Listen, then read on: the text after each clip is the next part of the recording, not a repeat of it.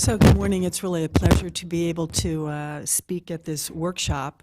As Greta mentioned, I am going to be talking about health system infrastructure needs and the requirements for implementing screening. And I'm going to be the first part of a tag team with Peter Mazon. So some of the outcomes and challenges that we identified in the NLST are the things that Peter has addressed as he's developed the lung cancer screening program at the Cleveland Clinic.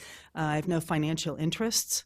So I'm going to divide this into some of the major areas of implementation challenge, and those will be looking at eligibility criteria, the diffusion of screening across at-risk populations, the requirements that we have and why for standardized image acquisition and interpretation, the priorities for data collection and longitudinal follow-up, and then finally a few words about smoking cessation as it's incorporated into screening.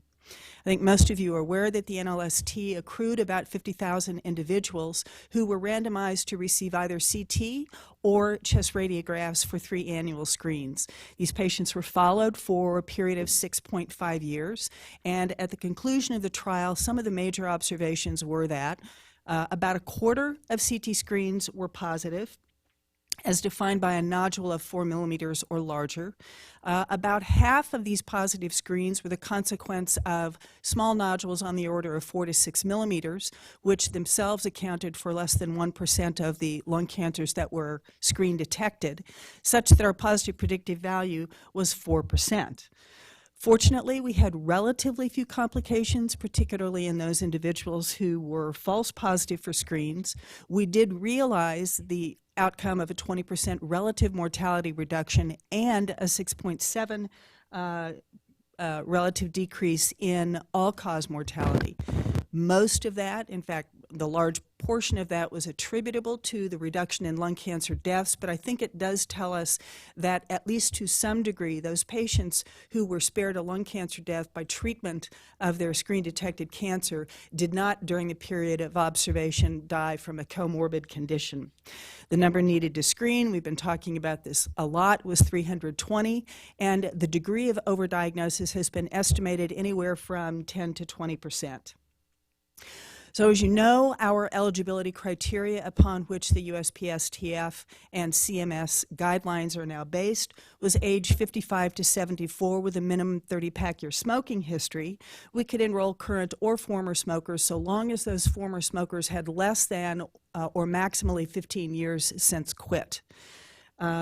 The problem of eligibility in the NLST was actually relatively low. During pre-screening, patients were asked age and a number of smoking-related questions that allowed us to be able to calculate their eligibility criteria. This, however, has been a moderate problem with respect to the implementation of screening, in that many screening centers see some proportion of patients who do not satisfy eligibility criteria. And I think clearly in those patients who don't satisfy criteria, we don't really know the risk-benefit ratios, and the screens are not a covered benefit. So it is problematic and will require some degree of education. But I think Peter's actually come up with a very creative way of reducing this down to about 0. Our goal was to enroll a cohort that was representative of the eligible general population, and that was based on the U.S. Department's tobacco use supplement during the years that we were enrolling, from 2002 through 2004. If you look at the relationships between the NLST enrollees and the general population, you can see that we accrued in excess in the youngest quartile of age from 50 to 54. We also relatively under-accrued for those individuals in the oldest quartile from 70 to 74. The NLST also had a smaller proportion of current smokers relative to the general population. But here's one of the major problems from the trial, and that was that the enrollment to special populations was under what would have been required to satisfy generalizability to the U.S. population. Now, I have to tell you that the NLST actually launched prematurely. We were set to launch in September of 2002, but in August of 2002, on national televised coverage, George Bush said to Lance Armstrong in the White House, "Oh, and we're doing a screening trial." And that required us to launch immediately. So we actually launched prematurely. I would like to say that that is the reason why we had challenges with enrollment of special populations, but that's only really part of the problem. We did recognize early on that we were under accruing, and we looked across the NLST to identify sites who could in fact target special populations. And we looked at those sites based on their accrual performance, the regional demographics, where they were situated, and their resources on the ground. There were 7 Akron sites that ultimately worked with the American Cancer Society, the NCI Office of Communications, the National Medical Association, and other organizations. Individual strategies were developed by each of the sites according to their practices and cultures, and those included a variety of enrollment methods: targeted television, radio, targeted newspaper advertisements, grassroots efforts in the communities, and in fact also having study coordinators and study representatives that were reflective of the populations of interest. If you look at this graph, which shows the accrual, the middle line in May of 2003 is really when these targeted accruals were set in motion. You can see that the 7 sites, which is the upper line, already accounted for about 9.3% of their enrollment was in fact special populations, and that was well over twice that of the sites that did not have targeted enrollment. When we launched, all of the sites with their respective targeted accrual plans, you can see that within the first 2 months there was a substantial uptick, such that about 25% of all enrollees at those 7 sites represented minorities. The other problem, however, that you see is that it was not sustainable. Although those 7 sites maintained an enrollment of special populations that was above the other sites, we didn't really have in place the mechanisms to sustain this effort across the end of accrual. So we learned a couple of really important and hard lessons from this, and that was that you got to start early if you want to enroll representative populations, and probably in order to be sustainable, those programs have to be embedded within the communities. They have to take advantage of the physicians and the local medical centers where these patients or these individuals will be treated. A few words about image acquisition.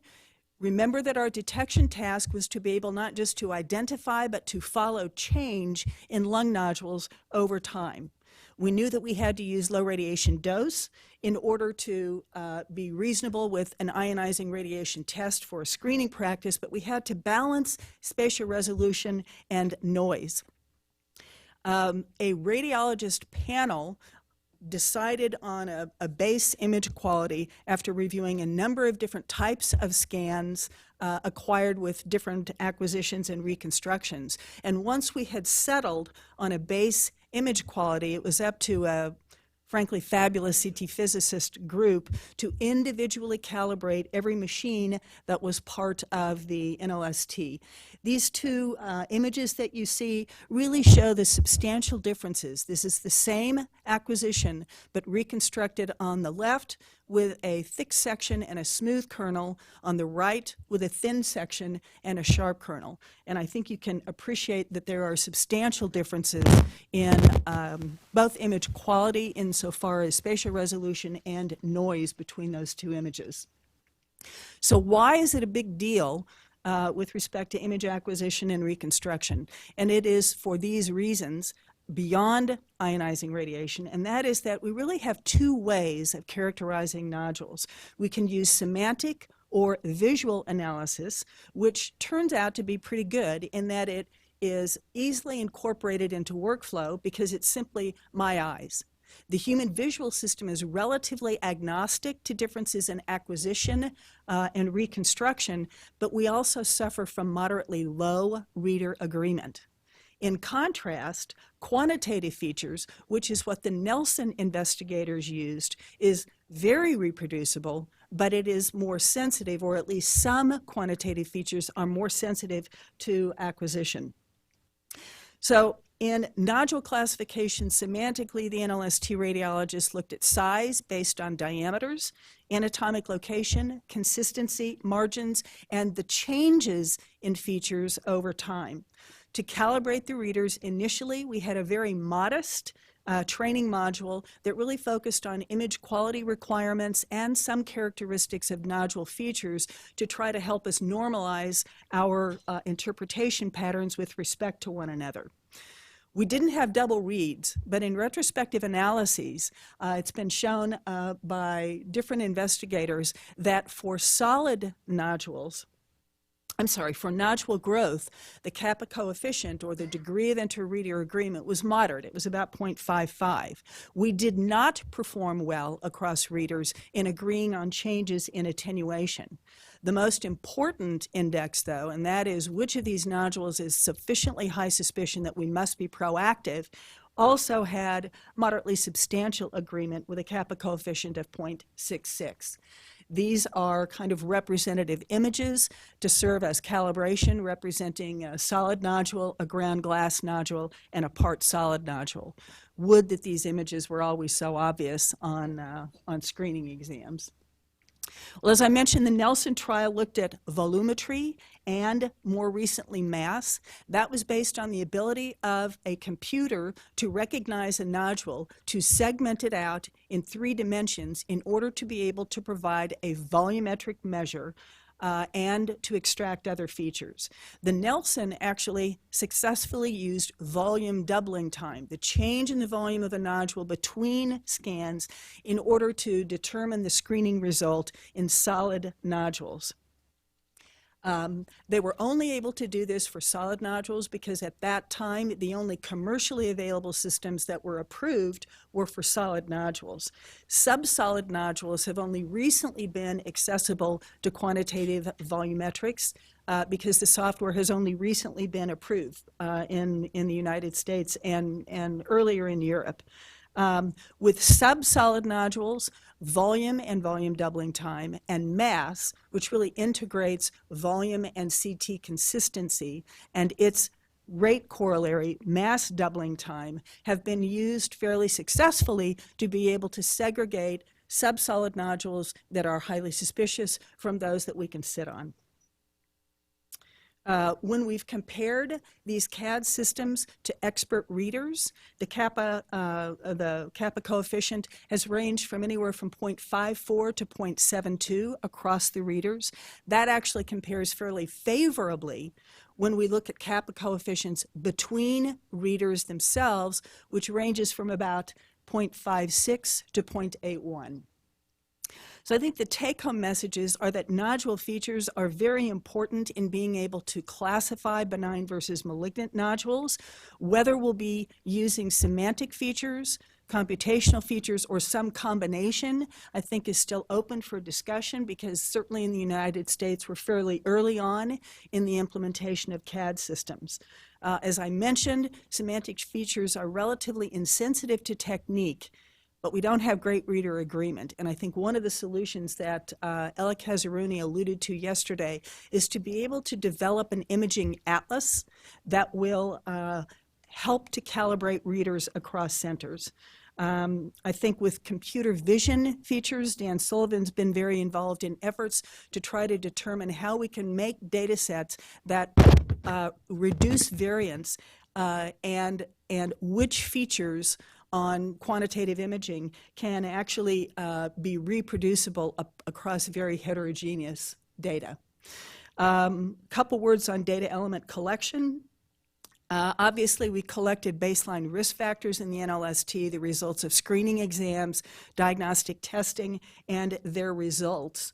All of this takes a fair amount of energy, and one of the most important aspects of implementation will be having qualified personnel who can collect this information over time and systems to be able to capture it effectively. We were fortunate because our primary outcome, which was mortality, was known for over 95% of participants in both of the arms. Where we ran into problems were when diagnosis or treatment of positive screens occurred at non-NLST sites, which happened fairly commonly, and in those patients who relocated or who had provided initial contacts that were not reliable. We had actually a fantastic crew of study coordinators who did Google searches, read obituaries, looked at other personal contacts, and finally used the National Death Index in order to determine vital status on our patients. But you've got to have really good staff, and you have to be able to pay for them with screening implementation. Just a couple of words on smoking cessation, and obviously from yesterday, I think we have variable evidence on screening as a motivational tension to stop smoking. I want to refer, however, to Martin Tamamaji's paper looking at the NLST, in which he was able to show a dose-response relationship. The worse the CT screening result, the more successful the smoking cessation efforts. This graph was actually shown yesterday, and I like it for a couple of reasons. This shows, after a 1-year lag from a positive screen, or from a screen, the top bar, which is blue, representing a normal or negative screen, and the bottom red bar, which is the highest level of positive suspicious nodule. And you can see that across all study years after baseline, the most positive screen was in fact associated with a lower proportion of smoking. But the other trick is that all of those lines go down over time, so that even patients who had negative screens over a period of about 6 years, in fact, some proportion stopped smoking. So the point here is that I believe that the screening context is an excellent opportunity to effectively initiate discussions and treatments for smoking cessation. I want to also reference Elise Park's study, in which she found or examined the practices of primary care physicians and smoking cessation rates in patients following NLST exams. Her observations were that of the 5 A's, as you got towards assist and arranging for follow-up, our frequency and performance in that area dropped. The lesser interventions were not associated with increased quit rates. The odds ratio, if you did assist or arrange follow-up, increased by 40% or more. So I will conclude by saying that I think among the challenges in national implementation will be to determine those participants who satisfy screen eligibility criteria as they are currently defined. We may not agree with them, that there have to be devoted efforts in order to diffuse this technology into special populations. We need to be using standardized acquisition, which is both low dose and in such a way to enable computer vision, because I believe that it will in fact become part of the fabric of our screening programs.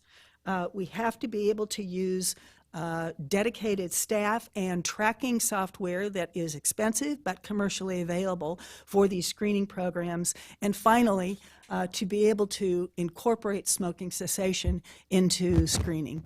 With that, I will conclude and turn the podium over to my colleague, Peter Mazzone.